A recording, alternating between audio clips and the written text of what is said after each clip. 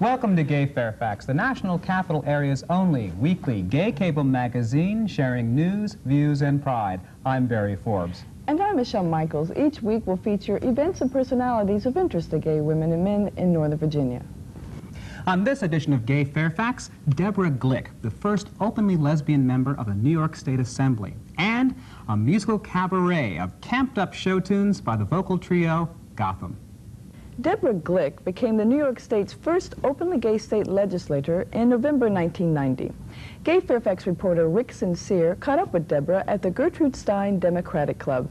As a keynote speaker, she encouraged gays and lesbians to run for political office. And if you lose, run again. I participated in one of the most hotly contested races in the New York City Council races, and that was a race in which, for the first time, two openly gay candidates, a gay man and a lesbian, were vying for a seat in New York. I'm very pleased to announce that my friend Tom Duane won that seat.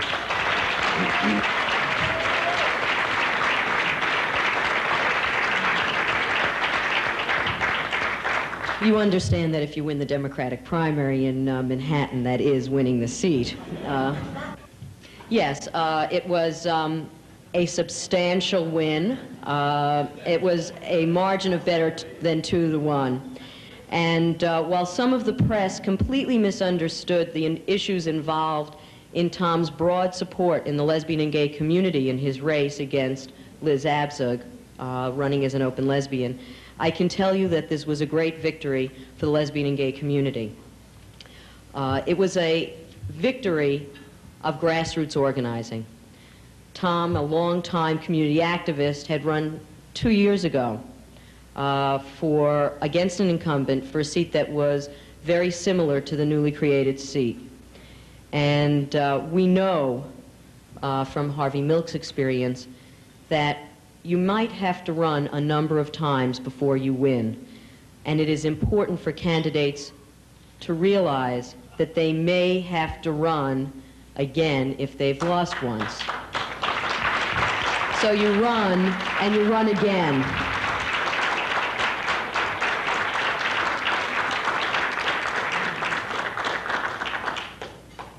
Now, Tom made that commitment, and his support was close to universal, I believe, in the lesbian and gay community, as well as the local community. And lesbians and gay male candidates have been making electoral inroads all over the country. But they run and they win because of their work in a variety of areas. Tom was known as a tenant activist, a member of the local community board who had worked on zoning issues, fighting to preserve the low-rise nature of our community, as well as a gay man committed to supporting a woman's right to choose and work affecting women who have been incarcerated. It made it clear that Tom was not a single-issue candidate. When I ran in my race, it was clear that I was not a single-issue candidate. This community is not single-issue community. We are everywhere, and we deserve our place at the table. Gay Fairfax is pleased to have with us tonight Deborah Glick, a member of the New York Assembly, the first open lesbian to be elected to the New York legislature. Thank you for being with us tonight. Thank you. In your speech tonight, you encouraged gay men and women to run for public office and run again and again and again. Could you tell us what the effect that will be on American politics and on gay politics in general? Well, I think that it's important for people to realize that in terms of gaining political office, you frequently have to do more than one race to win. And I think that the effect will be a consciousness raising for other members, whether it's city councils or state legislatures or in the Congress, to have somebody at the table who has a different perspective and represents a different community. And it's important for us to have role models out there for lesbian and gay youth. Now, recognizing that the political situation differs from state to state, would you advise gay men and lesbians to run under whatever party label can get them elected, whether it's Democrat, Republican, or Independent? Well, I think that people have to be who they are, and rather than making determinations based on what will get them elected, I assume that people will be in the party that they feel most comfortable. And there have been people elected around this country to state legislatures long before I was elected in New York State, which frequently is seen as a reasonably liberal state, but is in many ways fairly conservative. And so there were people like Elaine Noble and Karen Clark and Alan Spear and other people who've been elected in the past in other jurisdictions that are perhaps seen as not as liberal as New York. Besides electoral politics, what role do you see for the gay and lesbian community as we move towards the 21st century in influencing legislation, in creating community and creating cohesion in American politics? Well, I think that for me, I was involved in issue-oriented organizations long before I got involved in electoral politics. And I think that the lesbian and gay community is very diverse. Not only are we in every age group and income group and racial and religious group, but we also are involved in all types of endeavors and all different kinds of disciplines. So you have doctors, lawyers, truck drivers, bankers, teachers, and we come from many different disciplines. So I think that we have a breadth of understanding of issues that perhaps is not what the average person would assume is the case for lesbians and gay men. So I think we need to bring to bear our particular perspective on all of these issues and do it in a way that raises the consciousness of our particular needs, but also our understanding of the universality of some of these issues. You've spoken about diversity. There's also the question of lesbian and gay youth. What do you do personally to help our gay and lesbian youth, and do you see yourself as a role model for them now and in the future? Well, certainly I think that there are young people out there who are isolated, despite the fact that there's clearly much more awareness of lesbians and gay men than certainly when I was in school. I speak at schools whenever possible and reach out to various organizations that deal with youth, and not strictly lesbian and gay youth, but to talk to youth councils and different organizations in my community, so that if there are young lesbians and gay men who have not come to terms yet with their own sexuality, but in their heart of hearts know who they are, I hope I present a role model that enables them to be clear about who they are and understand that they are fine human beings and that they have a place in this society. That has been a problem, and of course we know that the teenage suicide rate for lesbians and gay men is 3 times that of heterosexual youngsters. So we really need to do a lot of work to make it clear to young lesbians and gay men that they are valuable human beings, and that while there continues to be in some places a social stigma, we have to work to rid our society of discrimination and prejudice and bigotry and the violence that we have seen increasing against our community, so these young people will feel comfortable and confident in coming out. Jobs, the environment, the AIDS emergency, and the issue of a woman's right to control her own body are all areas where George Bush is vulnerable.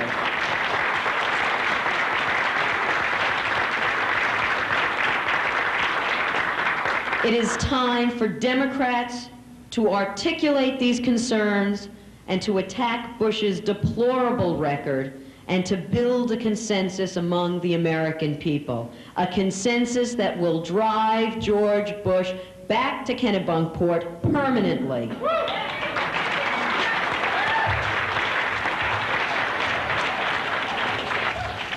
We who are community organizers can make the difference.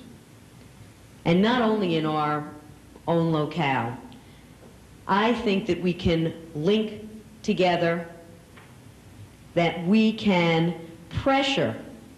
It is essential that we start tomorrow, if not later this evening, to pressure the Democratic Party to understand that we have and must provide an alternative that will capture the support of the Americans, regardless of their party affiliation. I don't know about you, but I am not willing to put up with another Dukakis-style debacle.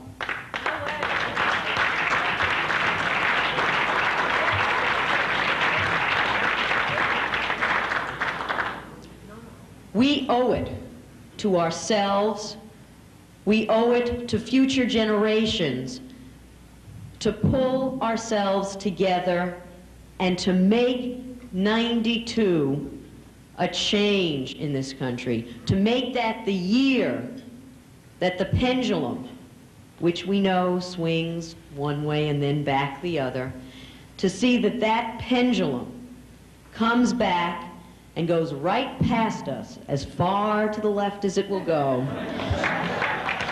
1992 is an election year. What prospects do you see for the Democratic Party, and what do you see your role as being in the coming election year? It's an election year for me. It's be my first opportunity to run for re-election. I expect to be successful. And clearly my speech this evening focused on the need for the Democratic Party to confront the failures of the Reagan-Bush years to provide for the needs of the people in this country. I think everybody's aware of it.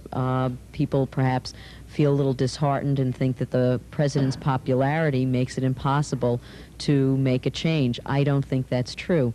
I think that the situation and the state of each individual's well-being in this country is very much at stake, and I would ask people the Reagan question: are you better off now than you were 4 years ago? I suspect the answer is no, and I think that means we need a change, and I think that the Democrats are going to get together and field many good candidates in the primaries, and we're going to take the White House in '92. New York Assembly Member Deborah Glick, thank you for joining Gay Fairfax. Thank you very much. On Capitol Hill, this is Rick Sincere for Gay Fairfax.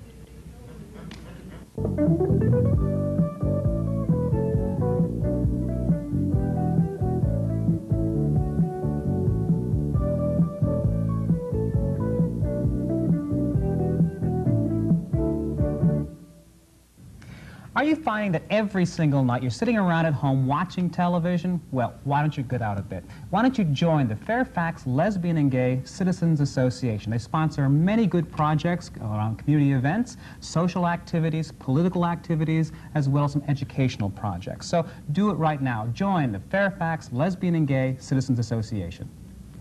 For your free copy of the latest FLGCA newsletter, write to Gay Fairfax, care of FLGCA, Post Office Box 2322, Springfield, Virginia, 22152, or give us a call at 703-451-9528.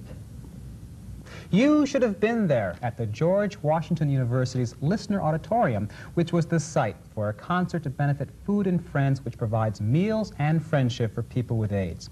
The entertainment was provided by Gotham. That's a New York City-based vocal trio in their 19th season. With their musically entertaining, camped-up show tunes, they have invited us all to come to the cabaret. My flowers grow. Taught me dancing in a hurry. I had a week to spare. He showed me the groundwork, the walking around work, and told me to take it from there. Arthur Murray, then he advised me not to worry. It turned out all right. To my way of thinking, it came out stinking. I don't know my left from my right. The people around me can all sing, and the 2 or 3. But any resemblance to all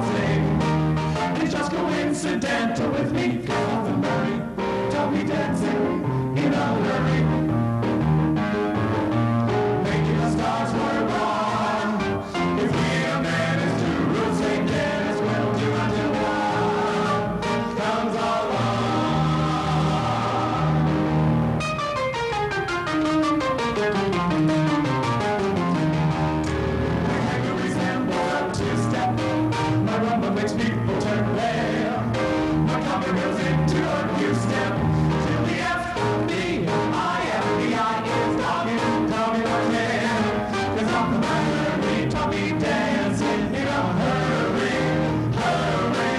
So now it's been a breeze. You've heard about a bubble, a jack rule on the big way. Wait for us, please, while we dance.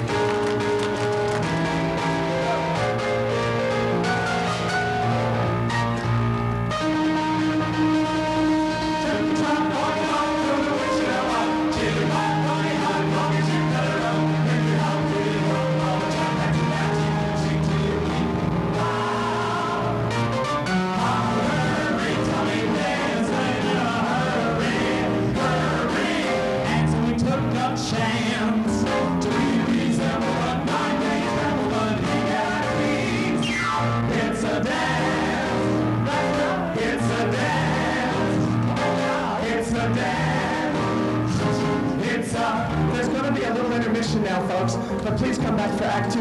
The clothes are better than this.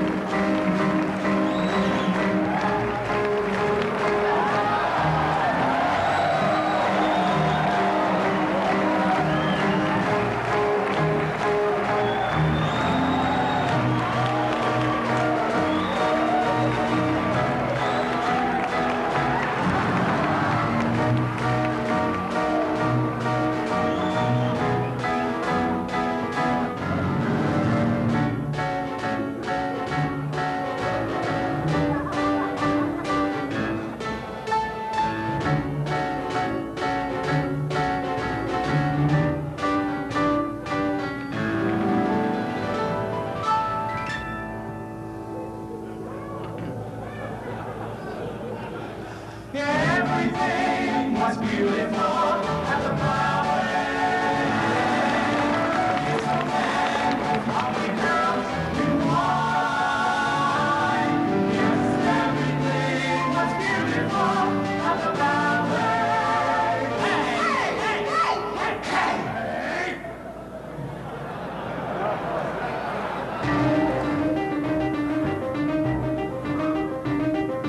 Daddy always said that he married beneath him. That's what he said, that's what he said. When he proposed, he informed my mother he was probably her very last chance. And though she was 22, though she was 22, though she was 22, she looked 60. Life with my dad wasn't ever a picnic, nor like it comes you all. When I was 5, I remember my mother dug earrings out of the car.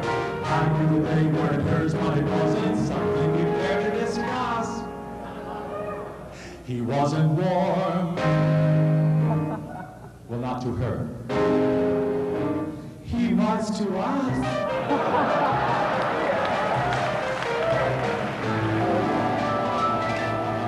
Everything was beautiful at the ballet. Graceful men with lovely girls in white. Yes, everything was beautiful at the ballet. I was happy at the ballet.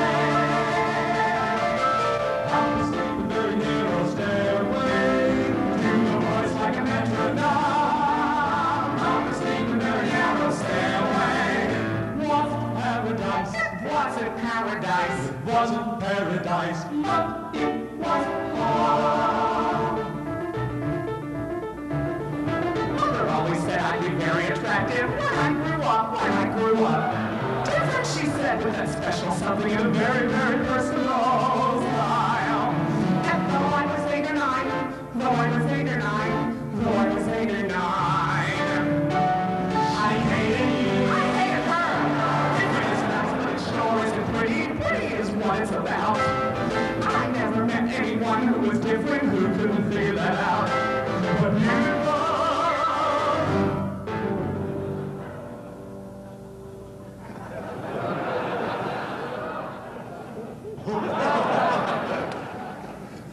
I never lived to see.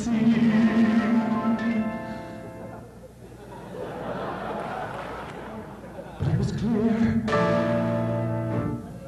if not to her, well, then to me. And me. It was clear to me. Your painting picture was a holdout.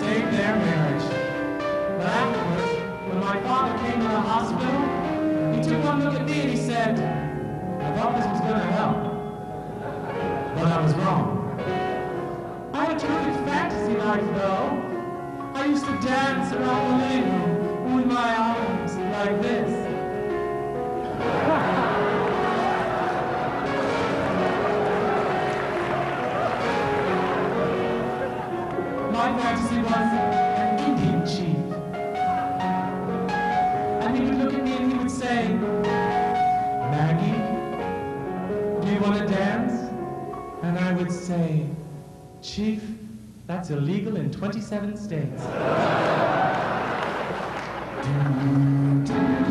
But it was clear when he proposed that I was born to save them and went to. That's what he said, that's what she said. I used to dance around the living room. He wasn't born, but to her, the Indian chief, and he said,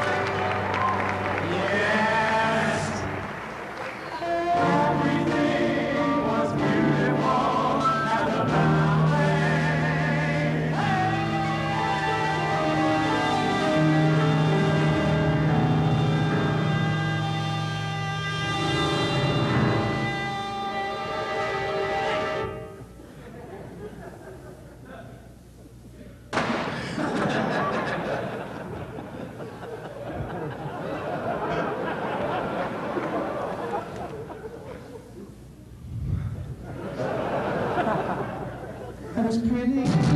I was happy. But to leave at the ballet.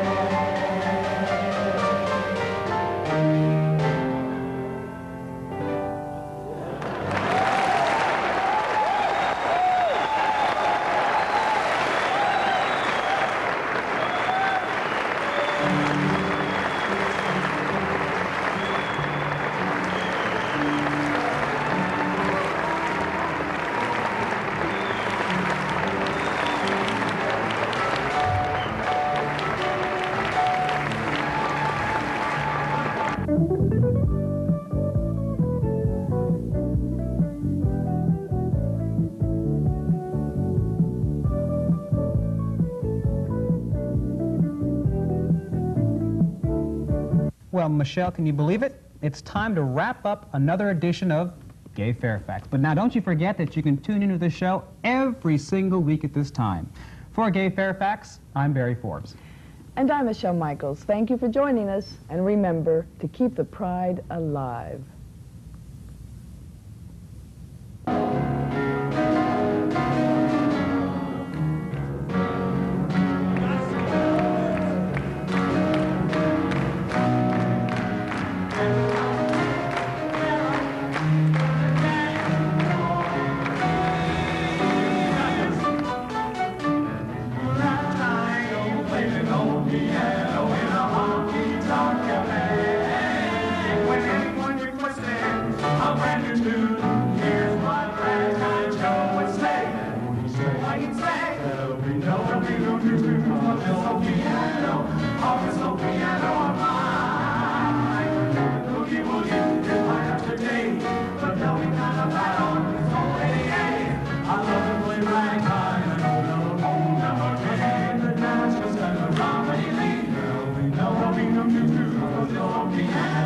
On this piano.